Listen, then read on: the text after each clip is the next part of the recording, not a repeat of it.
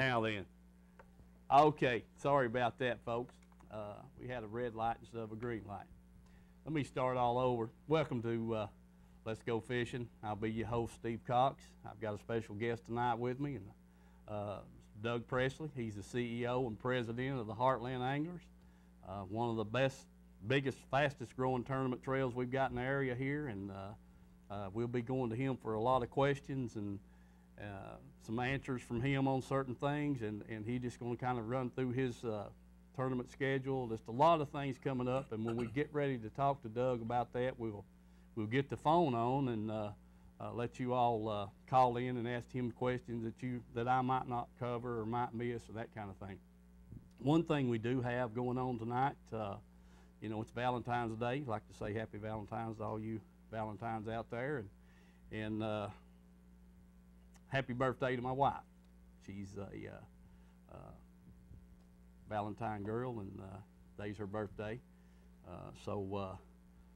And to Doug, I want to say happy Valentine's Day to your wife, giving up your special time with her tonight to be over here with us, and so I want to thank her.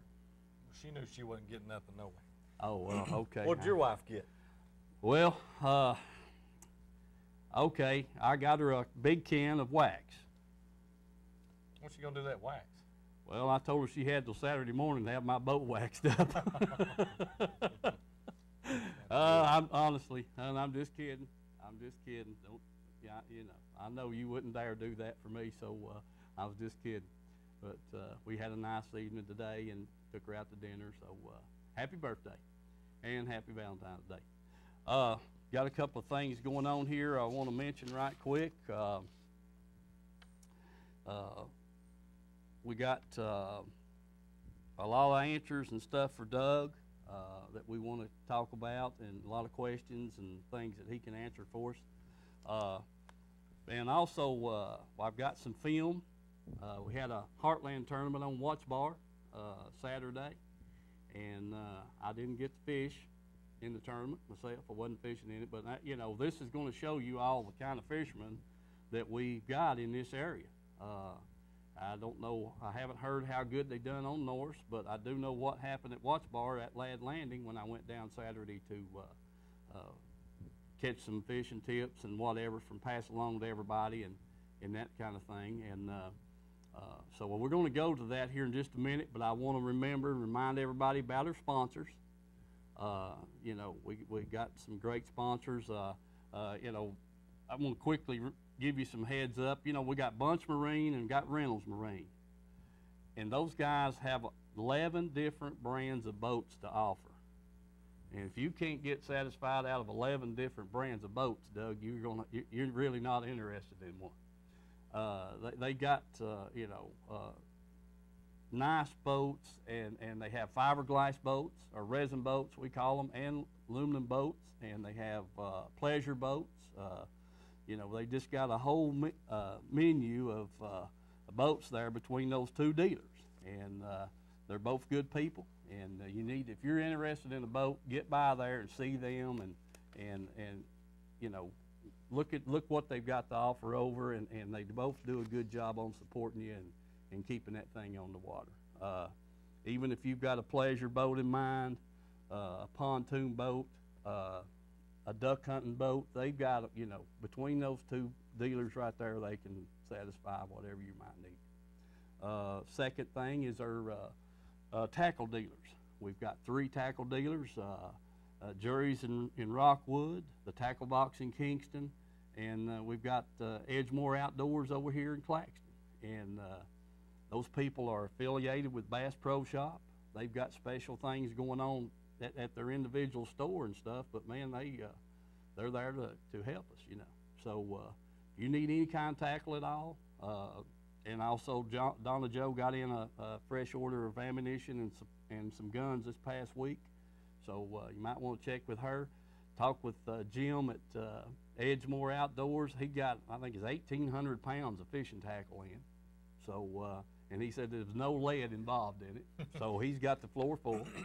And he's got a whole lot of bow and arrows He's And got a, everything to outfit you to do that. he's got a whole lot of bow and arrows, he sure does, and that kind of thing. So he's out there, and there's a lot of people taking this bow fishing up, you know. So that'd be, that the sporting good people are doing that, and the people at, down at the tackle box, they just keep getting bigger and bigger, and so keep those people in mind. Then we've got James Brummett, insurance, and James has got all kinds of insurance, any kind of need that you might have, especially business in the trucking industry. And we have Heartland Anglers, which I'm not going to say a lot about them because their boss and owner and president is all sitting here with us. He can talk about that in a few minutes. Got the sign shop down in Harriman. They fixing me up with some magnetic signs for my truck and just everything in the world that I'm needing to get this thing on the ropes here and keep it running, and doing a good job for that. They got all kinds of stuff to offer. Just if you need anything in the printing, sign making, or whatever you might need in that line, go by there and see them. I think you'll be tickled. So we're going to go, Doug, to the film, and that way I can get you on the line taking call-ins and hear when we get started about the tournament trail and what you've got to offer, and so we'll go on to the go to the film now and watch some of this weigh-in.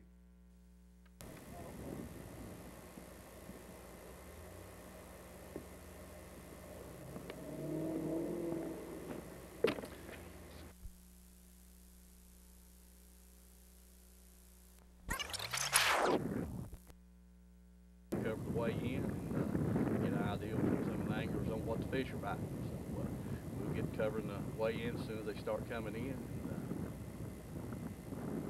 we'll see what happens after that.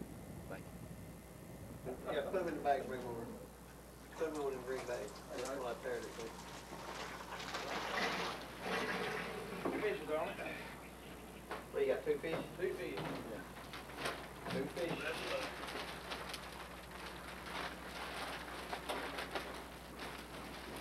What these arm in it? Huh? What these arm in it? Yeah. 2 fish weighs 419.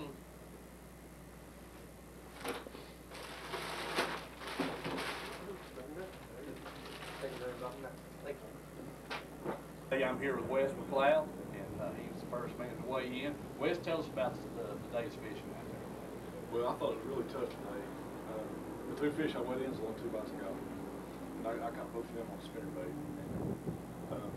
I tried Tennessee rig a lot because I heard that's what they were hitting. Yeah. I heard they was hitting that a lot, but I couldn't get a hit on it. Oh, well, that may be just a little bit too fast for it right now, you think? Yeah. All right. Well, appreciate you, Wes. You're welcome. Good to see you. Good to see you. For that one. Steve the bag into Yeah, that. Just had an angler bring in a 518, which right now is a big fish for the tournament. Got 2 more to go with it. We'll see what his total weight is. Boy, don't be short. Is that short? Small.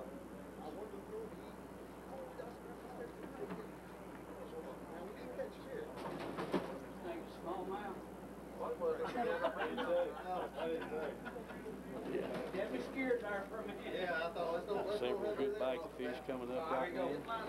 We'll see how things go here. Right, 2 nice fish, 2 nice fish. 518 or 5'3", something like that. Big one. Yeah. 518. Good job. Oh, yeah. Hey, we've got Scott and Ryan Winchester here. Got 4 nice smallmouth. No, excuse me, 2 largemouth, 2 smallmouth. They got a total of, what was it, Scott? 1411. 1411. Good job. Thank you, guys. We've got Larry Kelly here. He's got the big largemouth right now, 5.0, 5.3, something like that. 5.40. That's good fish, Larry. Thank you. Thank you. We got Roger and Hugh Odell, and man, they've got 4 big fish right here. Had a total weight of 23, what? 70. 23.70, almost 24 pounds. And, you know, 9th day of February. Good job, gentlemen. Appreciate it. Yeah. Here's your bag right here, folks. Hey, we got Jeffrey Moore, Jerry Hamby here. Got 23.15. Right now in 2nd place, but that's a heck of a bag of fish. Thank you, guys. Appreciate you. Hey, we got Dennis Walton here. He's got a big, large Well, mouth. hold the show if it How is, much? maybe. How much was it? No, 639? 639. Good job, Dennis. Thank you. Hey, I've got Roger Odell, Hugh Odell here. They're going to ask you some questions. Let them kind of tell you about the fishing they had today. Almost 24 pounds of fish was excellent, man. It's a great bag of fish for this time of year. So, anything you guys want to tell us to help me and these other fishers? Well, a few years back, me and you started wintertime fishing pretty much from the end of November through December, January. So, and you know, Watts Park are home lake, so we've got a pretty good handle on these fish in cold weather. And, you know, 485. It's on the verge of springtime, so you know. 639. We stayed up the river today. Yeah. We concentrated on the deep banks. I can't believe it. You know, we had fortunate luck today. That's the first time that's Everything ever we caught happened was to me. quality fish today. So. Both of them. Sounds good. Yeah, we ended up with 10, 12 quality keepers. Which is on the channel, Yeah, Roger? we stayed on the channel. Okay. Okay. We stayed on the channel. I think that's what you're writing down. I just wish we did. That's good, guys. Listen, we appreciate you. Good job. Yeah, man, Good. appreciate it. Well, seeing you Pull it again. up. Thank you, guys. Hey, good deal. We're here with Mark Rowan. He had the tide for big largemouth on 639. Man, that's nice. Okay, Mark, tell us what it is. Tell us about it. We want to hear about it. I caught him about 5 foot of water, trapping. 5 foot of water. You're kidding. Man, you know, when you go out there, you think cold as the water is, what, about 45, 47 degrees? All right. We appreciate you, Mark. Good job. Thank you. All right. Hey, that's all we got on the way in. And remember to tune in. Let's go fishing. And Thursday night, make sure you remember our sponsors.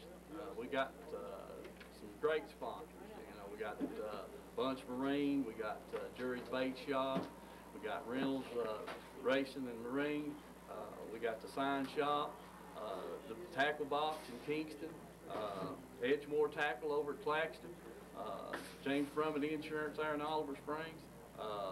And I hope I'm not leaving anybody out, but make sure you support them sponsors, man. That's what keeps the show going. Thank you. We'll see you Thursday night. All right, folks. I hope you saw that. I apologize for the volume. We're in the process of fixing that problem. I hope you got to hear that good.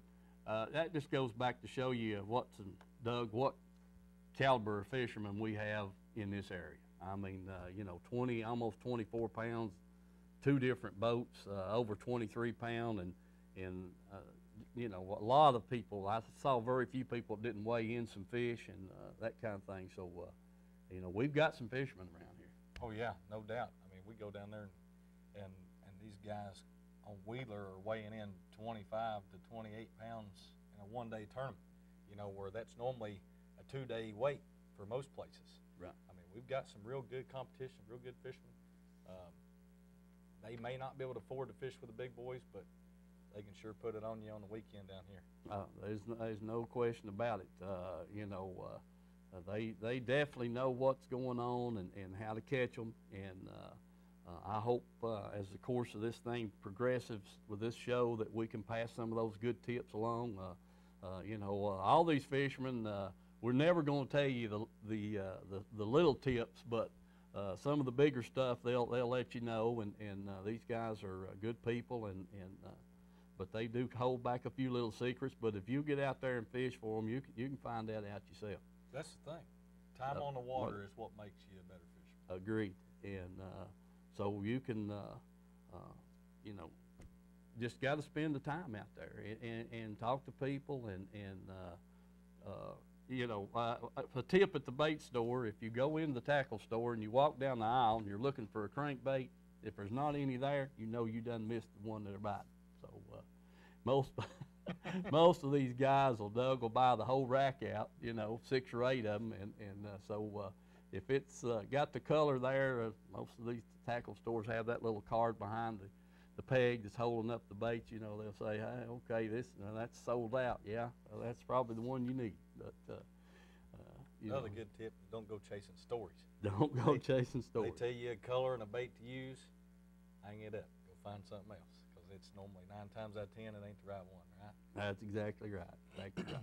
Well, listen, folks, I made a mistake last week when I talked about the Heartland.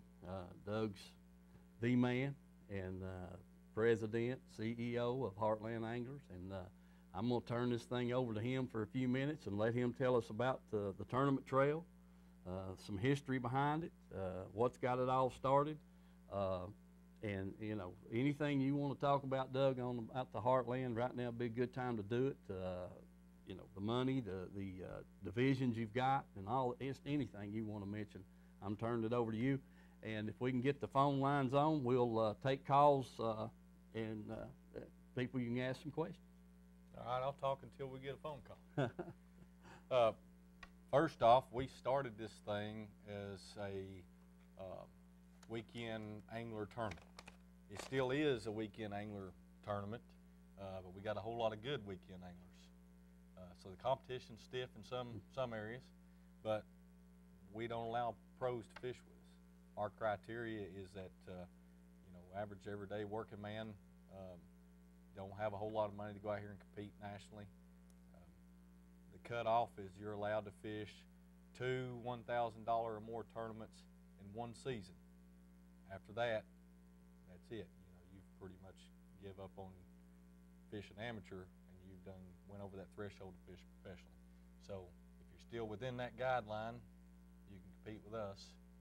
If you're not, you know, you fish the Ever Starts and not the weekend series. Weekend series still qualifies, but the FLW or the BASS Opens. Currently, right now, we have 54 trails, 54 different divisions spread out over 6 states.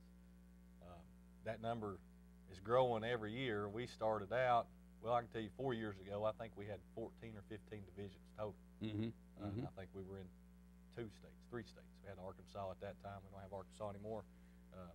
We just had one trail down there. But now we've got Tennessee and Kentucky and Alabama, South Carolina, North Carolina, and Virginia. And this year, we've picked up 5 new Alabama trails. Growing. That place, I tell you what, I got take my hat off to Jimmy Carruth. I think that's how you pronounce his name. It's Carruth. That man is busting his butt down there in Alabama. Well, we had one trail last year on Wheeler Lake, and he's picked up 2 new Gunnersville trails, Smith Lake, Wilson, and he's working on Pickwick right now. Not to mention he's picked us up a few new sponsors too while he's down there. Well, that's, you know, I think, what, 23 divisions in the state of Tennessee alone? 30 divisions. 30 and working on one more. We're working on a Norris Knight tournament trail. Okay. Everybody's asked for it. Finally got a man that stepped up, said he'd take it over. And that's another thing. We couldn't grow, we couldn't be as big as we are without the tournament angler and these directors that put in their time, because we pay it all back. And these guys put their time and effort into this thing to give you something to fish. And if I didn't have them, we would be nothing. Agreed. You know, the last 2 years I've been fishing, you know, that your people's done an excellent job on running the tournament. And there's a lot of responsibility goes behind that. You know, you've got a bag full of money to take care of, and boats to get out safely, and boats to get back in on time, and you know, so a lot of things to watch for when you're a tournament director. My hat's off to them, really is. No question about it. But you know, it's amazing to think about the you know, how this thing has grown all over the southeast. I mean, you know, it's just with leaps and bounds, and I'm glad to hear that you're going to have a night division on Norris myself, because when it gets hot in the summer, you know, I'm ready to put the sunscreen up and get out the black lights. You know, in June, July, and August, yeah, I'd 10 to 1 rather be out there late at night as I would fight that sun during the day. I like night fishing, but I like that hot ledge fishing myself. I agree. It's got its time and place. Big ones, they live deep. Oh, they do.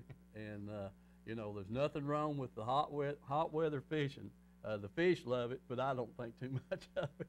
But you know, I've paid my dues like everybody else has, being out there in it with a towel wrapped around your neck and wetting it every 30 minutes or every hour. You know, try to keep yourself cooled down. But like I say, here lately, with your tournament schedules fits me just fine. You can get enough tournaments in the early spring, early summer, to where when it gets hot, July and August, September, you can kind of slack off. You're already ready for the classic and that kind of thing. Yeah, that's, you know, with us growing the way we're going, we used to not have any winter trails or Mhm. fall. We didn't start till March, and we finished up in August. And now these guys, as soon as classes open in October, they're already starting their division. Right. That one in Spring City, they had 8 tournaments and they're done. Yeah. They're already finished up. You know, it's something to say. I mean, it's a testament to these guys that are putting these, you know, these directors that are out here pushing these flyers and getting people to come and fish, because shoot, 2 years ago we had 600 members. We got 1,149, and our goal this year is 1,500. I mean, we just want to see the biggest classic ever. We want to see 350, 400 boats down there competing. I mean, that'd be a sight to see. Well, it would. Well, you know, that speaks to what you're talking about with these directors that we got, and it comes to play with the guy's work schedule, his home life, and that kind of thing. It gives you the opportunity to fish pretty much year round. I mean, you can get in the tournament, you know, all year round. It's just whichever you want division you want to get in. So there's 5 locations on Watch Bar alone? That 9. 9. 9. Oh my goodness gracious! I'm behind times. You know, when I counted them up on the schedule, I only counted 5. Now he's already grown to 9. So there you go. You got. You don't have to drive very far to hit one of the launch places. You know, your Ladd Landing, Caney Creek, I guess Rockwood at the dam. Just in Spring City Boat Dock, I know they had a schedule down there, so you know you just got it covered from the upper end all the way to the dam. Right. So, there's no sense in driving an hour anymore to go fish. There's going to be something in your back door. You know, you can just get off work and go fish, or Saturday, Sunday, get up and take your boy out. right. That's just like Mike Ellis, tackle box. He's running one out of Caney Creek. And he says, I can't fish in these 5-fish tournaments. I got to run me a 3-fish. Well, everybody.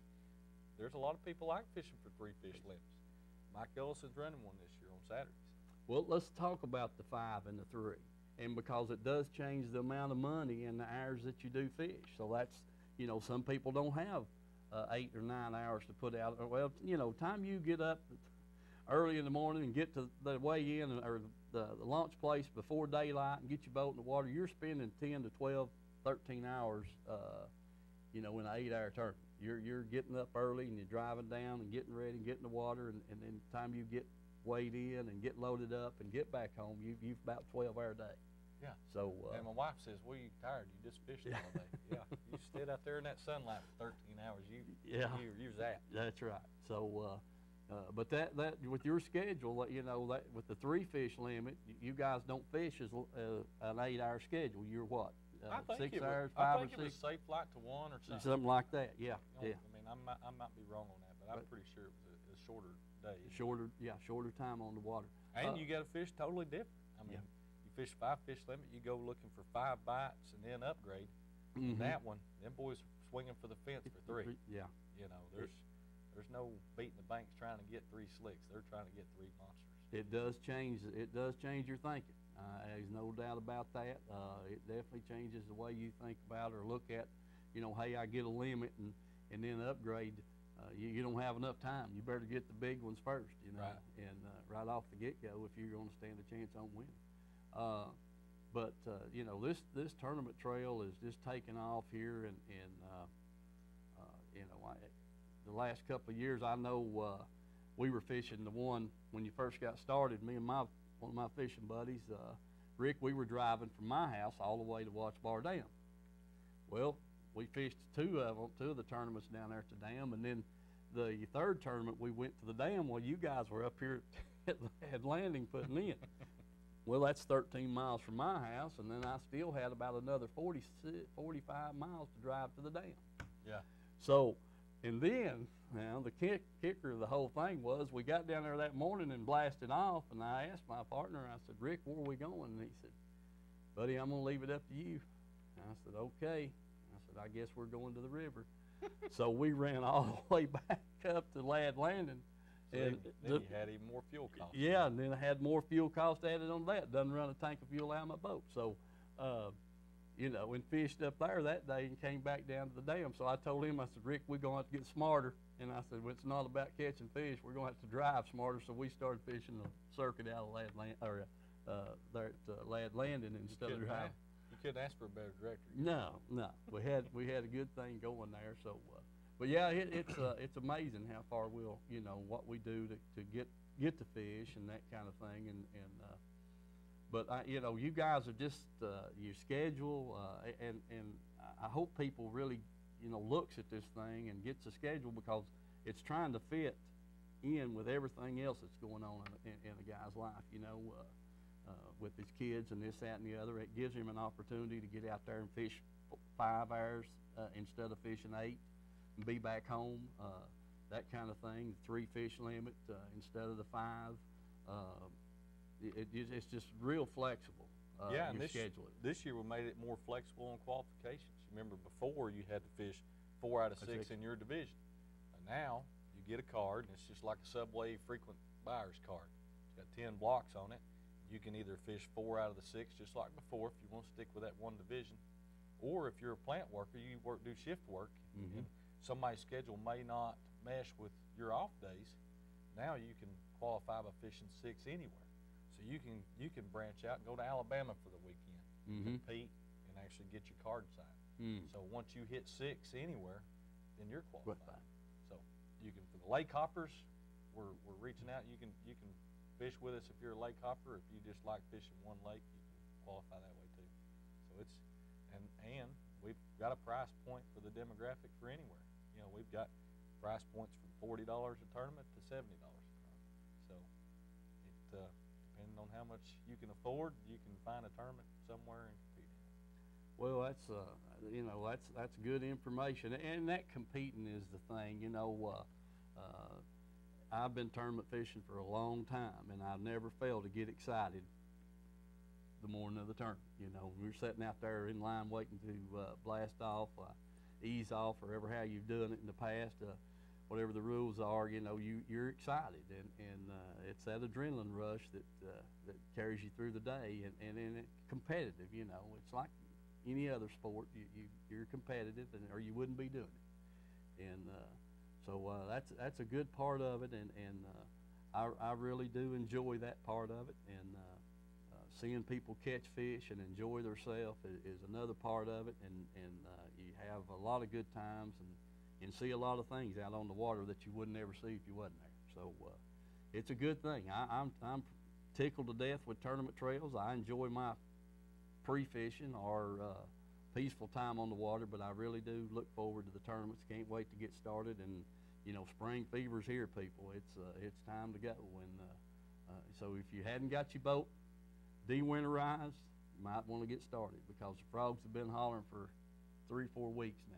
And when they start croaking, these frogs in these water holes, the bass are going to be moving in shallow looking for a place to spawn, and that's when you want to catch them. So, one thing I do want to talk to, another thing I want to ask you about, Doug, is rules. What about the rules of safety, fishing lures? You know, have a lot of controversy or questions about the Tennessee and the Alabama rig, and now I see you've got one laying here, so kind of describe what you all going to do with that thing this year. Well, the state of Tennessee, effective March 1st, are going to allow you to use a 5-wire bait. You can put 5 baits on it, but you can only have 3 hooks. Same as it was before, 3 hooks. However, the other 2 have to have no hooks. Hello, you're on there. Yeah, I just wanted to know, how long do y'all usually take to prepare for a fishing tournament? Well, that's a good question. If it's a big benefit tournament, like the Gary Lindsay Memorial Tournament that we do, that's a 1-year process. The Divisional Classic at the end of the year, it's going to be in Dayton, Tennessee this year, that's an all-year process. Finding sponsors, going down to coordinate with their chambers, making sure you've got everything laid out. Now, just your normal divisional tournament, you know, we have 6 on a lake. We don't prepare it off that. We show up, we have our scales in our basket. 50 boats show up, they pay their money, we go fishing, have fun that day, and we come back, weigh in the fish, and pay it out. But these big tournaments, it takes a lot of time, a lot of effort to put one of those on. that's the difference between a 50 boat tournament and a 160 to 300 boat tournament. Oh, all right. Well, thank you. You're Okay. welcome.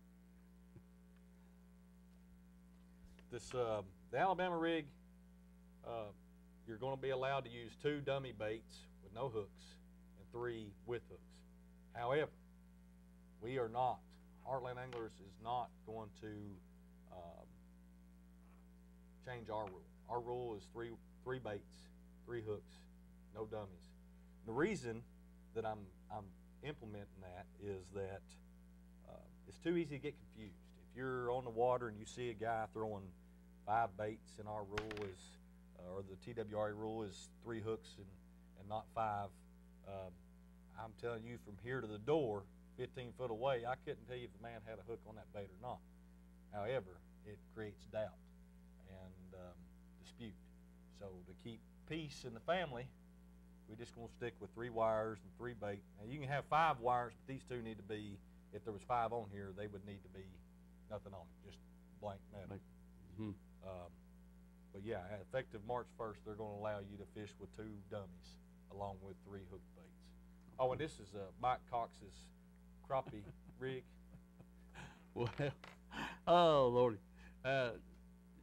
Well, that's not what he calls the Tennessee rig, but we had that on the show last week, and I've told a couple of people to call me after the show and some days last week. And I'll just touch on that right quick about that Tennessee rig that Mike uses to crappie fish with, and they still are biting that. If you want to catch them on that right now, you can, and it's a pretty simple rig, and I love Why it. do that deep sea fishing? What do they call it something different?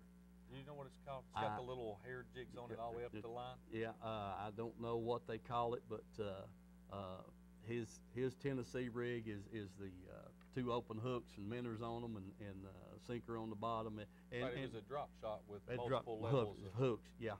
You can use 1 hook, 2 hooks, or 3, and we usually just out for the 2. There we go. I think we're gonna get another call here, and let Doug keep on talking about his tournament trail and see what kind of questions we got. Hello, you're on there. Hi there, Steve. I was just wondering if y'all have any women in your tournament that join the tournament along with the men. Yes, ma'am. We actually this year on Barkley in Kentucky have a co-ed only division. They have about 30 boats of husband and wives, or husbands and, or men and girlfriends, or there's actually fathers and daughters competing. And the only way you can actually compete in that tournament is to have a co-ed boat. And we have plenty around here that compete. There's a lady that works in the Sheriff's Department out here in Oak Ridge that her last name is Ashley. Miss Ashley, she fishes down there on Watts Bar. Mm-hmm. And there's quite a few. Actually, I think we've probably got, I'd say about 100 females that's competing before this Barkley deal. So, but yeah, we definitely have females fishing. Well, I'd like for me when I tap off Steve Cox to go fishing. Uh-oh. Okay, we'll try to set up a date. All right, well, thank you. Thank you. Bye. Bye. Okay. She Well, got I get you on the spot. She on that got one. me on the spot. She sure did. She couldn't ask me that at home. She had to wait till I was That's on okay. TV. Well, that's Hey, all we'll right. We'll hold you to it. Yeah, I'll have Go. to make sure I take her. But I had her crappie fishing a few weeks ago, and so I'll have to get her back down there in a tournament situation. And her and that grandson of mine, they want to do that, which is fine. But getting these women involved in our fishing is a big thing. My wife fishes, always has, and so I told a guy told me a while back. He said, "You know why that us fishermen have man partners?" And I said, "Well, I guess, tell me why." And he said, "Well, 'cause we're lazy." He said, when we got a man partner, they can back the boat in, park the truck, and load the boat up, and wipe it down, and all this stuff. So it's hard to get them women to do kind of stuff like that. So you women, if you want to get involved in this fishing, get out there and practice backing the boat in the garage, and drive it around the block. Be careful. Yeah. If I could get mine to go, I'd put it in for her. Yeah, I understand. I understand. But that's what a guy said. Said it's because we're all lazy, and we have to do it all. You know, other than our partner doing it. So you women get involved in that and that kind of thing. My grandson, he's 11 years old, and I've had him loading the boat and unloading it and picking me up at the dock now for a year and a half, which makes it a lot easier. You know, before I had to tie the boat up and that kind of thing, and go park the truck and then come back and get in, and that's just a lot of steps for nothing. You know how we are. When you get there, you want to get in the water and get to Right. fishing. So it helps when you got somebody who can do that kind of thing. Sure does. Oh, got another call here. Let's see who we got. Hello, you're on the air. Yeah, what kind of prizes are y'all having at the Classic, and what kind of prizes are y'all having at the Classic, and do y'all have any big tournaments coming up? Yeah, actually, this year, Ranger Boats contacted us. We're going to give away a Z118 Ranger with a 150 Evinrude on it for the first place prize at the Classic. Last year, our Classic, we paid out $42,000 in cash plus a boat, and I'm hoping that this year it'll be even more than that. As far as upcoming big tournaments, we have a tackle box tournament on March 9th.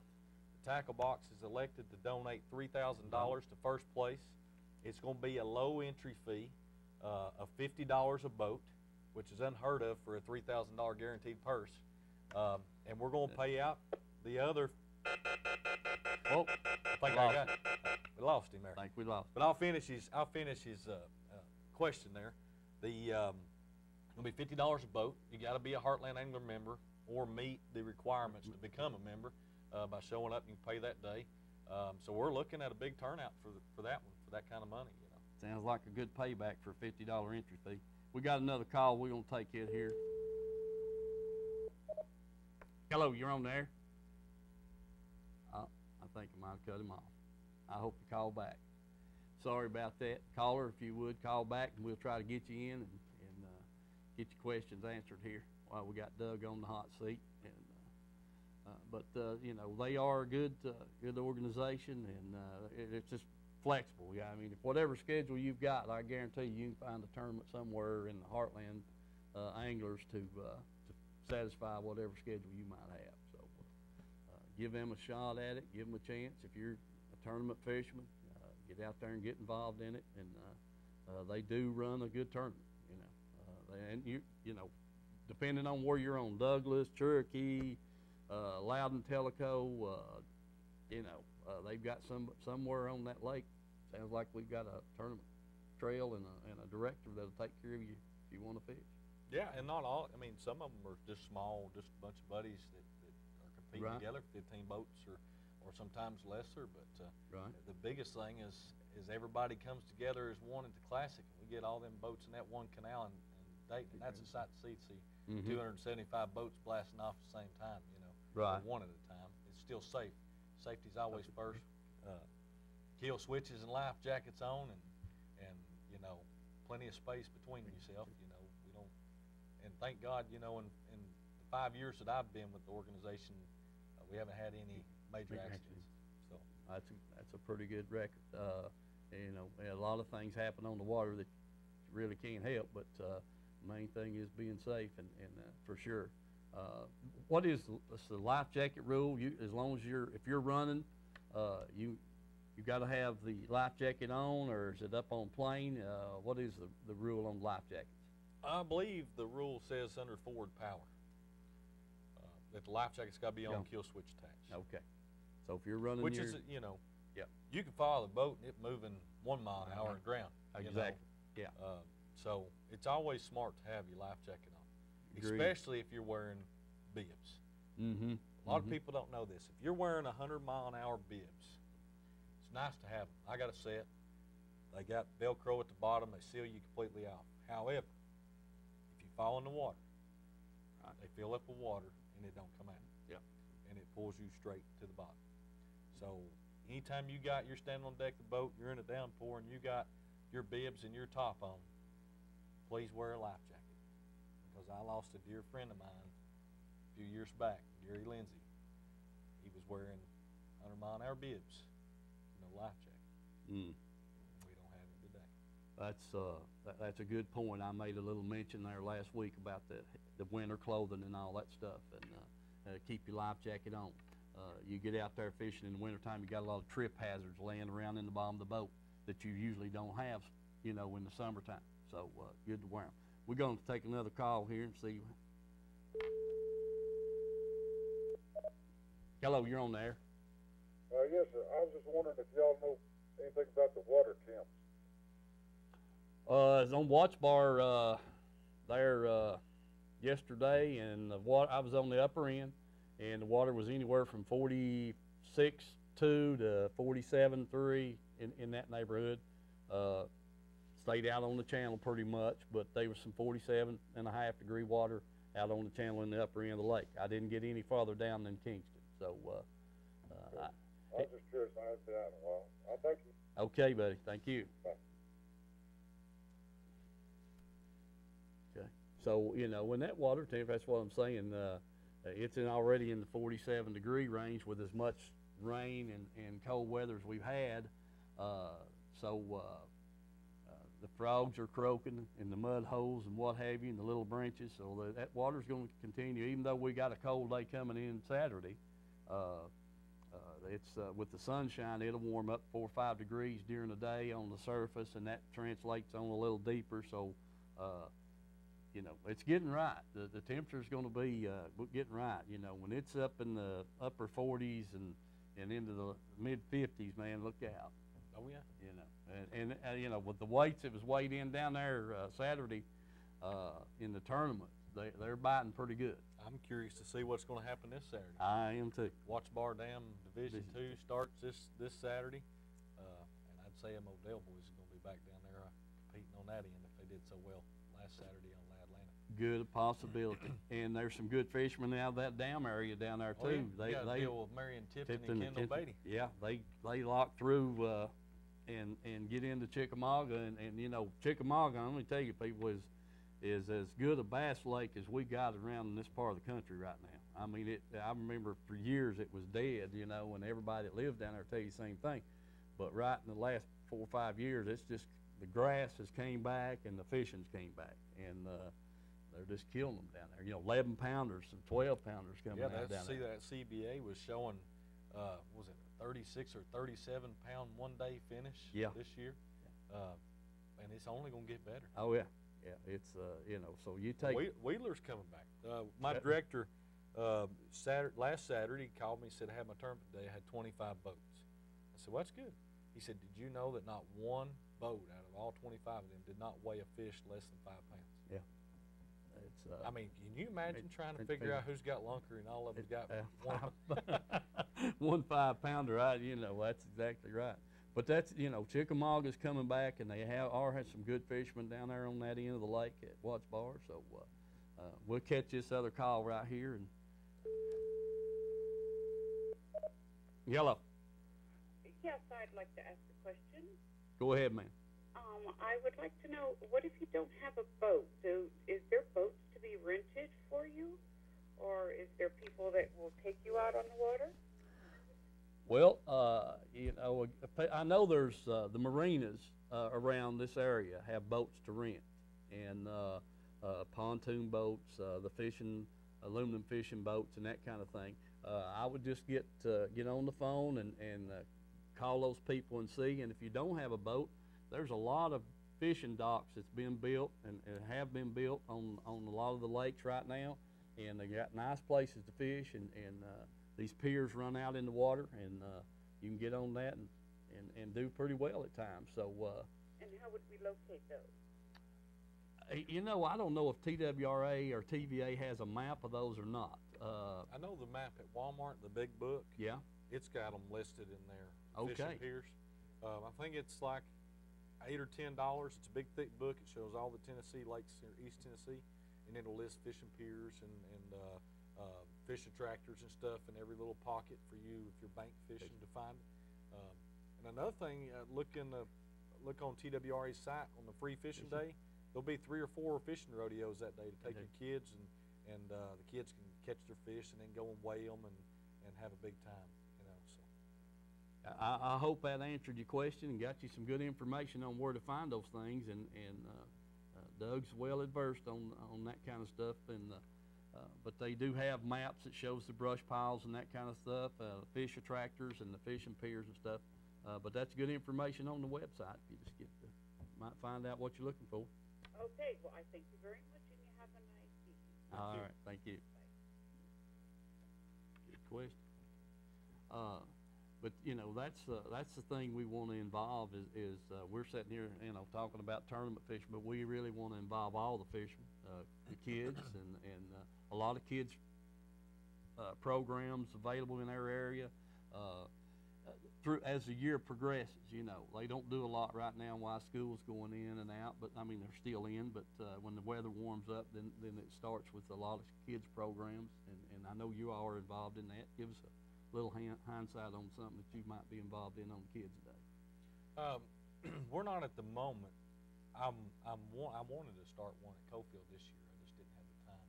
I'm hoping that next year I can get a few more volunteers because they require so many boats. Mm-hmm. If I can get some more volunteers, I plan on starting a high school fishing team at Cofield High School. I know there's quite a few middle schools actually picking it up now, which is good that they're starting at that age, right. Competitive fishing. But right here in this general area, I believe we got 3 or 4 high school fishing teams now. I'm aware of 3, Clinton, Oliver Springs, and Kingston, I think. Don't know, does Oakdale not have one? They may be one at Oakdale. I think somebody did tell me. I'm talking to 2 or 3 of the boys that competed there at Oliver Springs, and they were telling me some of this background. And I've got to yet make an appointment to go talk to their sponsor at the high school. I'll tell you what, you know what we ought to do? We ought to get all 3 of them, or 4, the surrounding area. We'll say Anderson County, Rome County, Morgan County. Get them all together and have a tournament one day. All them boys. I'll do the weigh-in and the commentating, and you can film it for the show. That sounds like a plan to me. If you get it all worked out, I'd be happy to do that. You know, it's a good thing, and like I told the viewers last week, is let's get them hooked on something good. Yeah. You know, and, keep them out of trouble. Keep them out of trouble. Give them something, and guarantee you, I don't know one yet that's went one time and didn't want to go back. So right, it's enjoyable. It's peaceful. It's just a good thing to do. It's less frustrating than golf. Exactly. Exactly right. I'm trying to think if there's anything on your tournament trail that we've left out. You know, we got location, we've got money, we've got, and you did say the membership fee was. It's $35. $35 a piece. Okay. And this is a team trip. You don't have to come by yourself. We don't throw somebody in your boat that you don't want, like some others. You bring somebody that you're comfortable being out on the water for 13 hours with. Right. But if there's anything that we missed on, that you have questions, feel free to check us out on heartlandanglers.com, and there's about 106 pages of content on there, so you should be able to find any answer to whatever question you might have on that website. And that sounds good. You know, like I say, it's very flexible for the working person. You got something to go to about any time of the weekend that you want to go. I'm real excited about this night division on Norse. The only thing that will hamper that is the smallmouth during the summer months on Norse goes to like, I think it's 22 inches is a keeper, and you're only allowed 1 during that summertime period. That slot limit starts, what, June 1st? Is that Yeah. right? Let's see, May the 15th, runs to October the 15th. It's either May or June, and we got Jason Lamford's going to be with us next week from TWRA, and he can clarify a whole lot of that assumption that I'm making. But so that'll be good to know what the rules are going to be up there this summer when that night trail does start. You know, it's a good thing and a kind of a dangerous thing, but you got to just pay attention to what you're doing and keep your lights on and that kind of thing. So I'm interested to see how that's going to pan out and all that good stuff. I hope to have my 6 tournaments in before that ever takes place, though. And I do like that card punch deal that you got going, because if you don't, if you're not doing any good on the watch bar circuit, you may want to move to Douglas or over here at Fort Loudon or wherever you wind up. You know, right. You can get one of your tournaments. tournaments. As long as everybody's happy, I'm happy. Good deal. That sounds like a good deal. So, people, you know, you want to, you know, if you're interested in fishing and a tournament trail, give Doug's group a try. You know, they've got all kinds of different locations for you. Just give them a shot. You know, get involved in it and see how you like it.